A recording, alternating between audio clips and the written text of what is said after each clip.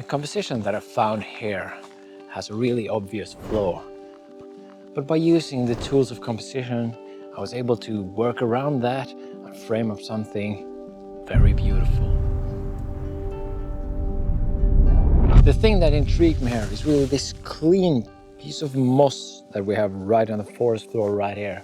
My intention has really been to find a clean patch.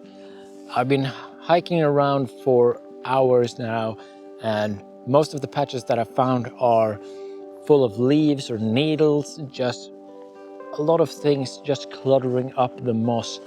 But this patch right here is particularly clean, which I really like. And one of the biggest problems that I have right here is the sky. As soon as I tilt the camera up just a little bit, I'm introducing the sky, which is just plain gray and white, nothing of interest, just distracting. So that is really the problem that I have to work around. The thing that I really want to include is this patch right here. And I want to include the continuation of the moss further over there. I don't want to include the trail that we have right there. I don't want to include the sky. I want to include that tree just a little bit. And don't want to include the area right here, which moves over to those blueberry bushes and lingon bushes. So yeah, I'm gonna try to focus in right here and see what we can frame up. One of the things I really want to do in this scene is to use a very wide angle. I'm planning to stay on 14 millimeters, and that's in order to get really close to these small lingon bushes we have right here, just to exaggerate and distort the landscape a little bit. And then if I tilt the camera down right here, I can illuminate a bit of the sky, and I can use a narrower aspect ratio to remove it all together. So then again, I want to have some height. The higher up I go, the more I can tilt the camera down and actually remove the sky itself, which might then mean that I don't need to use that much of panorama. If I tilt too far to this side, I'm getting the trail that's over there. I don't really want to include that. But then again, I want to be kind of somewhere along this line, perhaps, a bit further here.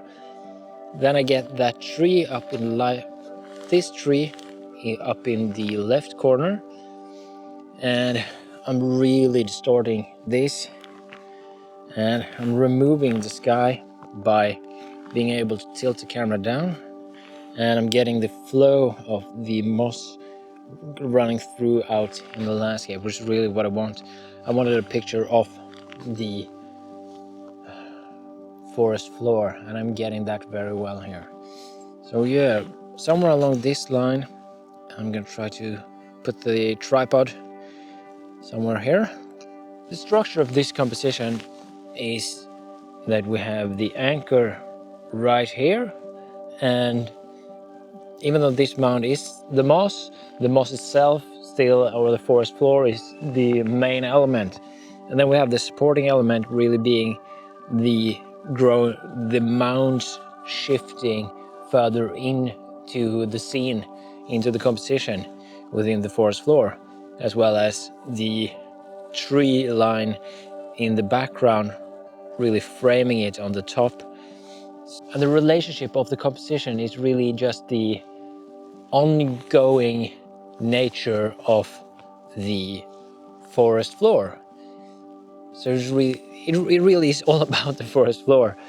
And for the balancing, we have the anchor flowing forward, taking up a good portion of it, but it's framing the background, so it becomes it is a clear separation between the foreground there and the midground there and the background of the trees, each section getting getting space according to the importance within the composition. So the foreground there, which is the closest we get to the moss, that is the place where we get most of the details.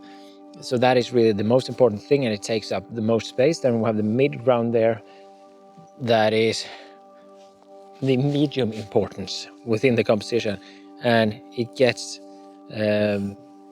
space accordingly. It gets perhaps, let's say, 1/4, and then perhaps the background there gets so 1/5, and the foreground is almost half of the composition. And what that does is that it creates an ever ongoing flow within the composition that is broken first by the tree line in the background. And that leads us into the solution for the problem that I had with the sky. And the way that worked around that is the way that the composition came together. It's that ongoing flow and that clear break. And it's by tilting down the camera, getting really close into the foreground, into the moss there, really emphasizing that.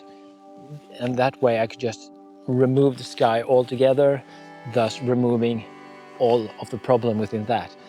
And that makes it so that the whole scene integrates well into the intention that I had for this composition, which is to convey the cleanness, the interest of the forest floor, that we have this really just wonderful, beautiful green moss. So I'm really happy that I managed to work around that and get a composition of that. I've been looking for it for hours, trying to get something of the forest floor because it's so beautiful. By the way, if you want to know more about how I move in the field in order to get the composition that I want, then make sure to check out my field card for the tools of composition, which is the framework that I use in order to frame a scene into the composition that I intend. You can find it in the description below.